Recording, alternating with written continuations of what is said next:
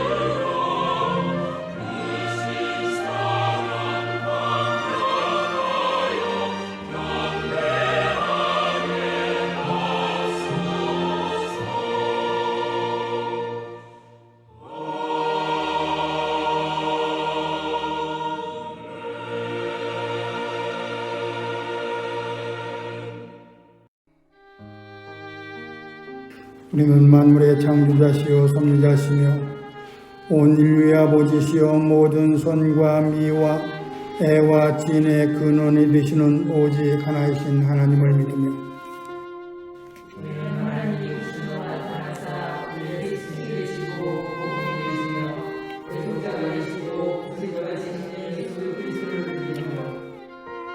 우리는 하나님이 우리와 같이 계시사 우리의 기도와 위안과 힘이 되시는 성령을 믿으며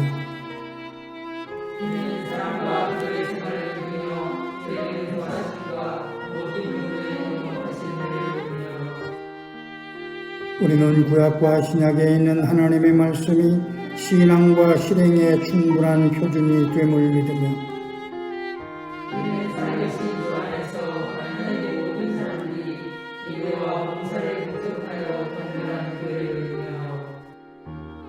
우리는 하나님의 뜻이 실현된 인류 사회가 천국임을 믿으며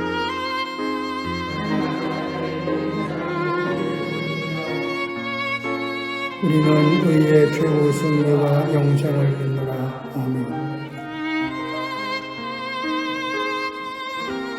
사랑하는 이들이여, 성령은 우리의 마음을 움직여 전능하신 하나님께 우리의 죄를 깨달아 고백하게 해줍니다.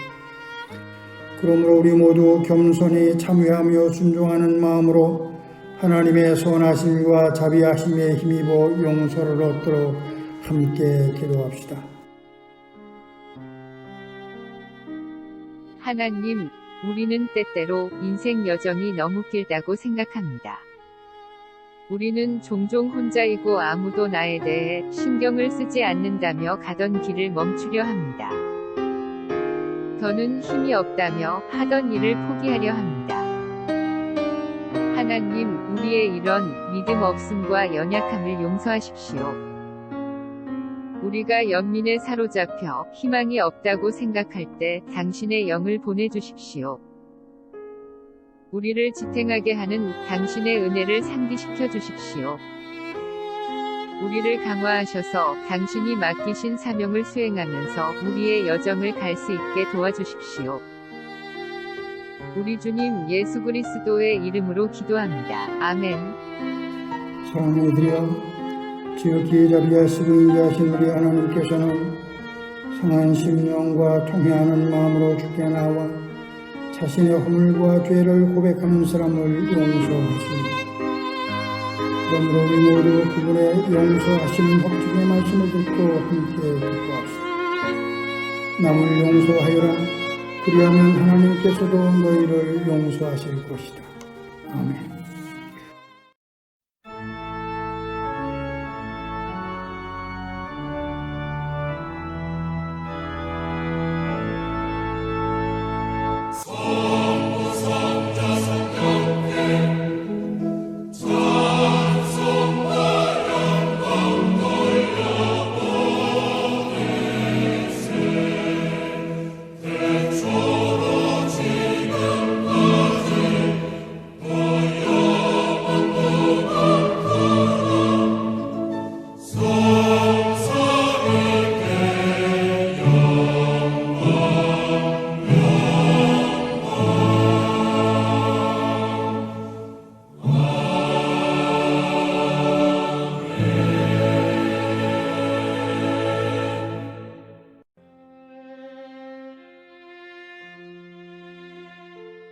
믿는 마음으로 아버지 하나님과 그의 아들 예수 그리스도와 성령께 기도드립시다.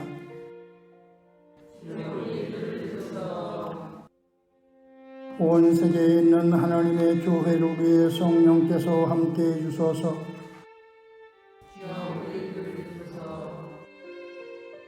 교회들로 하여금 교회되게 하시고 예수 그리스도 안에서 하나가 되게 하소서.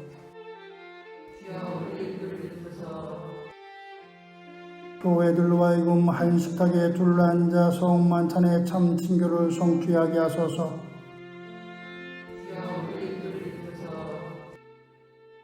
평화의 교회가 말씀을 믿고 기도하는 경건신앙, 섬김과 나눔을 생활 속에서 실천하는 생활신앙, 환경을 살리는 녹색신앙을 견고히 지키게 하소서.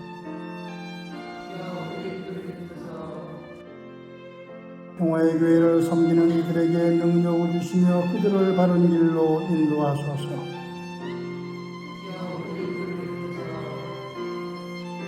평화 만들기와 서로 살림 농도 생활협동조합 흥덕궁 어린이집과 몽당연필 어린이 도서관을 통해서 당신의 영광을 드러내소서.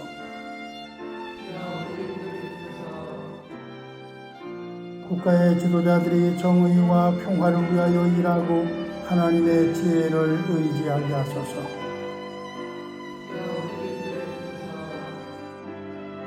질병과 장애와 가난과 억압과 폭력으로 고통을 당한 이들을 고치시고 위로하소서.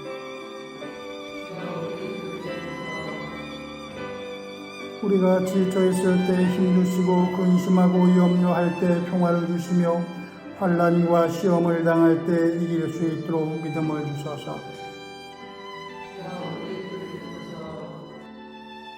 신자의 길은 주님이 생각하는 대로 생각하고 말씀하시는 대로 말하고 행하시는 대로 행하는 것이니 우리가 죽는 날까지 그 길을 걷게 도와주소서.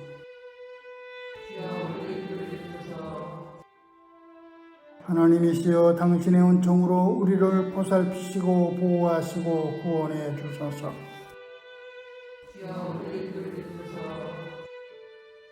오 주여 주님의 자비를 믿으며 우리가 기도한 모든 이들을 주님의 손에 의탁하며 우리 주 예수 그리스도의 이름으로 기도합니다. 아멘.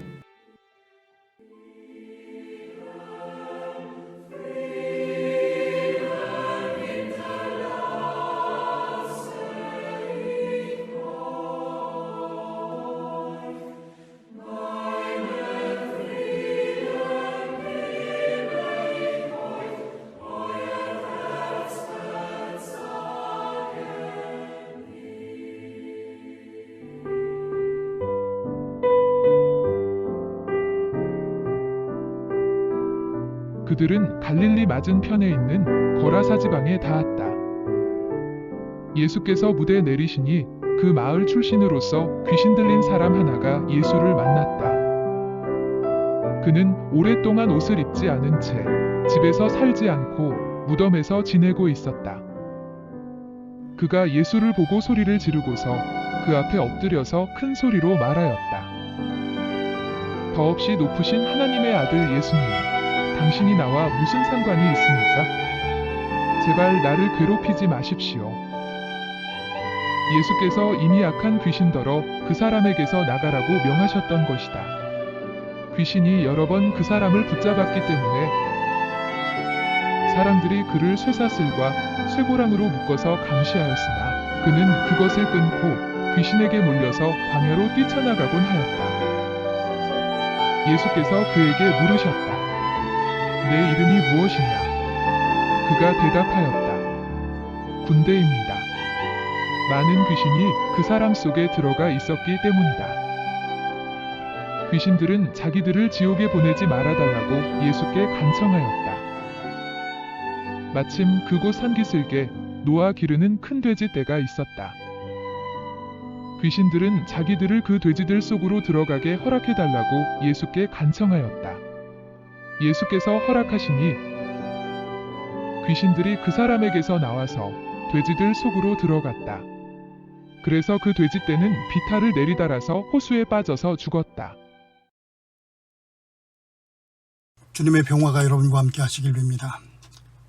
17세기 전까지 유럽인들은 광인, 바보, 나병 환자, 그리고 범죄자를 배에 격리해서 이들이 자기들이 사는 곳에 접근하지 못하게 했습니다. 그래서 그들은 평생을 바보배에서 살다가 죽곤 했습니다. 사람들은 이 배를 바보배라고 불렀습니다. 1494년에 제바스티안 플란트는 종교개혁 직전에 정치와 종교 등 사회의 타락과 부패를 통렬하게 풍자한 바보배라는 소설을 썼습니다. 바보들을 가득 태운 바보배가 어리석음의 풍랑이 몰아치는 바다를 지나서 그들의 유토피아인 나라구니아를 향해 항해하다가 난파된다는 이야기입니다. 소설에는 112가지 유형의 바보가 등장합니다. 그런데 독자들은 소설 속에서 자신의 모습을 발견하고는 섬뜩해합니다. 오늘 본문은 예수께서 갈릴리 맞은편에 있는 고라사에서 귀신 들린 사람을 고친 이야기를 담고 있습니다. 예수께서 고라사에서 옷을 입지 않은 채 무덤에서 지나는 귀신 들린 사람을 만났습니다. 그런데 그가 예수를 보고 큰 소리로 더없이 높으신 하나님의 아들 예수님, 당신이 나와 무슨 상관이 있습니까? 하고 물었습니다. 귀신들은 이미 예수가 누구이시며 무엇을 하실 수 있는지를 알고 있었던 것입니다. 때문에 당신이 우리와 무슨 상관이 있습니까? 하고 말했던 것입니다. 그렇다면 귀신들의 이 물음의 의미는 무엇일까요? 그들은 예수를 알아보았습니다. 하지만 진정으로 그분께 순종하기를 원치 않았습니다. 그들은 예수와 논쟁하거나 협상하기를 원한 것입니다. 바보배에 타고 있는 바보가 바보배에 남아있기 위해서 누군가와 협상을 원한 것처럼 그들은 예수와의 협상을 통해 현 상태를 유지할 수 있기를 원했던 것입니다. 하지만 하나님은 협상의 대상이 아닙니다. 하나님의 역할은 귀신과의 협상이 아니라 귀신의 지배를 받는 일을 온전하게 하는 것입니다. 나라고니아를 향하고 있는 배의 항해를 멈추게 하고 바보들을 무트로 끌어올리는 것입니다. 따라서 바보배를 타고 있는 바보들이 해야 할 일은 하나님과의 협상이 아니라 순종이었던 것입니다. 그렇다면 오늘 본문이 우리에게 가르쳐주는 교훈은 무엇일까요? 그것은 피하고 싶은 우리의 운명은 사실 우리가 결정한다는 것입니다. 본문에서 예수는 귀신 들린 사람에게 어떤 질문도 하지 않았습니다. 예수는 그의 문제를 해결하려 했을 뿐입니다.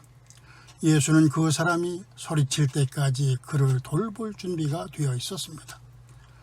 상처를 안고 사는 것이나 미움을 안고 사는 것, 또 두려움을 안고 사는 것은 사는 것이 아닙니다. 그리고 예수는 우리에게 필요한 것이 무엇인지를 알고 계십니다. 하지만 예수는 우리의 선택이 상황을 악화시키더라도 기꺼이 우리 스스로 결정하도록 하십니다. 본문에 의하면 예수는 귀신을 내보내려고 하셨습니다. 이에 귀신들은 돼지들 속으로 들어가기를 원했습니다. 그리고 예수는 그들의 요구를 허락하셨습니다. 예수가 허락하시자 귀신들은 돼지들 속으로 들어간 후 호수에 빠졌습니다. 그들 스스로 자신의 운명을 결정한 것입니다. 후에야 이 사실을 안 마을 사람들은 예수에게 마을을 떠나달라고 요구했습니다. 그리고 예수는 마을을 떠났습니다. 예수는 소란을 피우지 않았고 기회가 주어진다면 더 좋은 일을 할 수 있다고 주장하지도 않았습니다. 예수는 그냥 떠났습니다. 우리는 종종 예수께 아닙니다 예수님, 제가 원하는 것은 그것이 아닙니다. 제게 이렇게 해 주십시오 하고 말합니다. 귀신들이 돼지들 속으로 들어가게 해달라고 했듯이 말입니다. 마을 사람들이 예수께 마을을 떠나달라고 말했듯이 말입니다. 그런데 그들이 예수에게 이렇게 요구한 것은 두려움 때문이었습니다. 누가는 마을 사람들이 미친 사람이 옷을 입고 제정신을 찾는 것을 두려워했다고 말합니다. 그들을 불안하게 한 것은 변화였습니다. 그들은 귀신이 마을 변두리 어둠 속에서 고함을 지르는 것에 익숙해졌습니다. 우리가 그렇듯이 마을 사람들은 말을 듣지 않으면 묘지에 있는 사람에게 넘겨줄 거야 라며 아이들을 위협하고 협박하는 데 유용하게 사용했습니다. 그래서 사람들은 두려워하며 예수께 떠나달라고 간청한 것입니다. 변화를 원하지 않은 것입니다. 그들은 자신들의 운명을 스스로 결정한 것입니다. 그런 점에서 그들은 오늘의 우리와 다르지 않습니다. 또 본문은 광기가 아니라 고요함 속에서 만날 수 있는 하나님에 대해서 가르쳐 줍니다. 본문 38절에 의하면 귀신이 나가자 그 사람은 옷을 입고 정신은 돌아왔습니다. 이후 그는 예수와 함께 있기를 원했습니다. 하지만 예수는 허락하지 않으셨습니다. 그리고 그는 사람들에게 자신의 이야기를 들려주는 방법으로 예수와 함께 했습니다. 절망에서 구원받은 그는 희망과 기쁨의 삶을 살게 된 것입니다. 광기에 직면했던 그는 만족할 만한 고요함을 찾은 것입니다. 이후 그의 마음은 예수에게 집중되었습니다. 오늘의 성서 일과인 열왕기 상권 19장의 엘리야는 자신의 힘의 끝, 지혜의 끝에 이르렀습니다. 열왕기 상권 본문에 의하면 이세벨이 엘리야에게 심부름꾼을 보내어 엘리야를 죽이겠다고 선언했습니다. 이에 죽음이 두려웠던 엘리야는 목숨을 살리려고 브엘세바로 도망했습니다. 그리고는 로뎀나무 아래에서 죽기를 간청하며 기도했습니다. 그러나 그는 거기서 희망을 찾았습니다. 그가 희망을 가질 수 있었던 건 오직 하나님의 임재의 힘이 있었기 때문입니다. 그가 포기할 준비가 되어 있었기 때문입니다. 우리도 마찬가지입니다. 우리는 종종 엘리야가 있던 곳에 있습니다. 하지만 절망의 장소, 항복의 장소에 우리가 사랑하는 그분이 계십니다. 그곳은 정죄나 수치의 장소가 아니라 침묵의 장소입니다. 우리는 거기서 희망의 주님을 만날 수 있습니다. 그리고 침묵하는 하나님을 만나기 위해서 우리는 예수께서 생각하는 대로 생각하고 말씀하시는 대로 말하고 행하신 대로 행해야 합니다. 빌립보서 2장 5절에서 바울은 여러분 안에 이 마음을 품으십시오. 그것은 곧 예수 그리스도의 마음이기도 합니다. 하고 말했습니다. 그리고 예수의 마음은 갈망하고 섬기고 바라고 따르려는 마음입니다. 여러분, 우리는 세상의 변화를 위해 예수의 제자가 되었습니다. 그리고 예수의 제자가 된다는 것은 다른 사람을 중심에 두고 바깥에 초점을 맞추는 것입니다. 자신을 보기 전에 모든 사람을 보는 것입니다. 거기에 이르려면 우리는 조용해야 합니다. 자신을 제쳐두고 깊은 침묵에 귀를 기울여야 합니다. 오늘 누가복음 본문과 열왕기 상권의 본문은 침묵 속에서 만날 수 있는 하나님을 소개하고 있습니다. 열왕기 상권 19장의 하나님은 엘리야를 산으로 인도하여 바위를 무너뜨리는 바람과 산을 흔드는 지진과 불을 경험하게 하셨습니다. 그것은 환상입니다.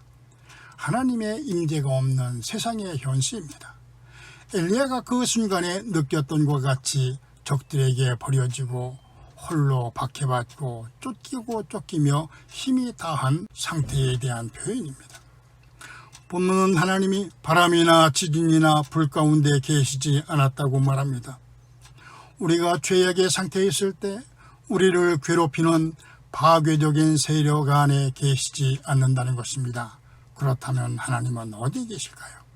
본문은 하나님이 침묵 속에 계셨다고 말합니다. 그곳에는 고요함이 있습니다. 어려운 일을 위해 자신을 단련할 때 마음속으로 들리는 목소리가 있습니다. 그것은 격려의 소리, 존재의 소리, 희망의 고요한 작은 소리입니다. 그날 그 산에서 무슨 일이 일어났는지 우리는 알지 못합니다. 하나님이 엘리야를 산으로 보내신 것처럼 보입니다. 하지만 하나님은 그가 그곳에 있는 것을 원치 않는 것처럼 오늘 말씀하십니다. 그래서 하나님은 9절에서 엘리야야 너는 여기에서 무엇을 하고 있느냐 하고 물으십니다. 우리는 이 말씀은 왜 너는 여기에 있느냐라고 읽어야 합니다. 이에 엘리야는 최선을 다하고 있다고 반박합니다. 엘리야는 나 혼자 남았습니다 하고 불평합니다. 그 불평에는 하나님은 어디에 계셨습니까? 라는 의미입니다. 우리는 천둥과 번개로 하나님의 임재를 알 수 있기를 원합니다. 하지만 하나님은 우리가 생각하지 못한 방식으로 임재하십니다. 하나님은 우연처럼 자연스럽게 보이는 방식으로 조용하고 모호한 방식으로 일하십니다. 하나님은 우리 주변에서 일어나는 일을 통해 일하십니다. 하나님은 없는 것처럼 느껴질 때도 현존하십니다. 하나님은 고요한 것처럼 느껴질 때도 행동하십니다. 거라사의 묘지에 있는 남자는 광기에서 침묵으로 옮겨갔습니다. 또 엘리야는 죽임을 당하는 곳이 두려워서 죽고 싶었습니다. 그러다가 그들은 침묵을 만났습니다. 그리고 거기서 자신이 갈망하던 하나님을 만났습니다. 삶은 절망에서 희망으로, 두려움에서 평화로 바뀌었습니다. 다시 하나님을 위해서 일하기 시작했습니다. 우리 역시 종종 광기에 휘둘릴 때가 있습니다. 그때 여러분은 광기에서 침묵으로, 죽음의 두려움에서 평화의 침묵으로 나아가야 합니다. 거기서 하나님을 만날 수 있을 것이기 때문입니다. 그리하면 절망에서 희망으로, 두려움에서 평화로 나아갈 수 있기 때문입니다. 그렇게 되면 여러분의 일상이 하나님의 일이 됩니다. 그러니 여러분, 광기에서 침묵으로 나가십시오. 그리고 거기서 하나님을 만나십시오. 아멘.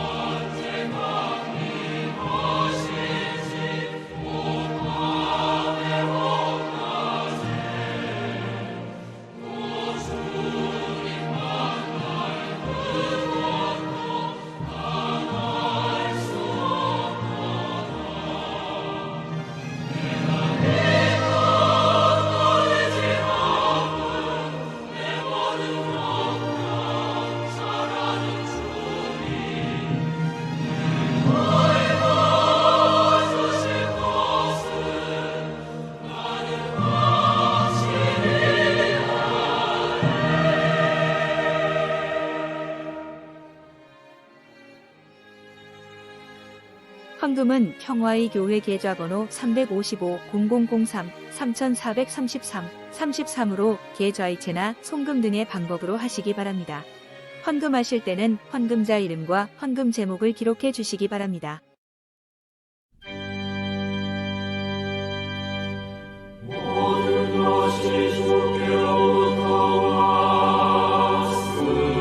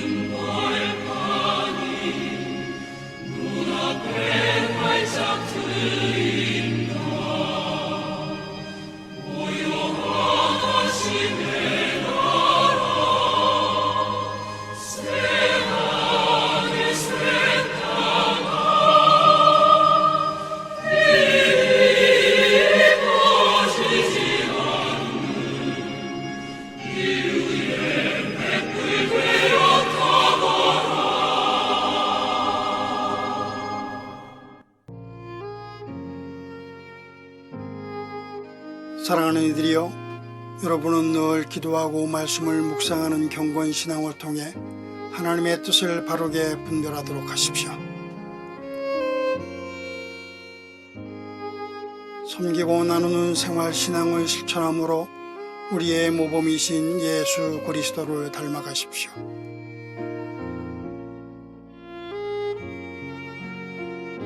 하나님이 지으신 창조 질서를 보존하고 살리는 일이 여러분 스스로를 살리는 이름을 기억하여 이를 실천하십시오.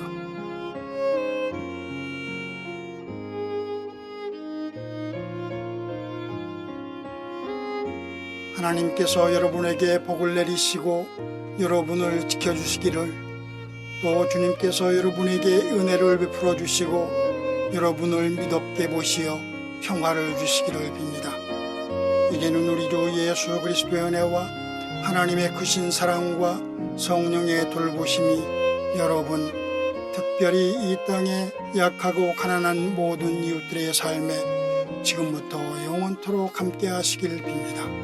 아멘.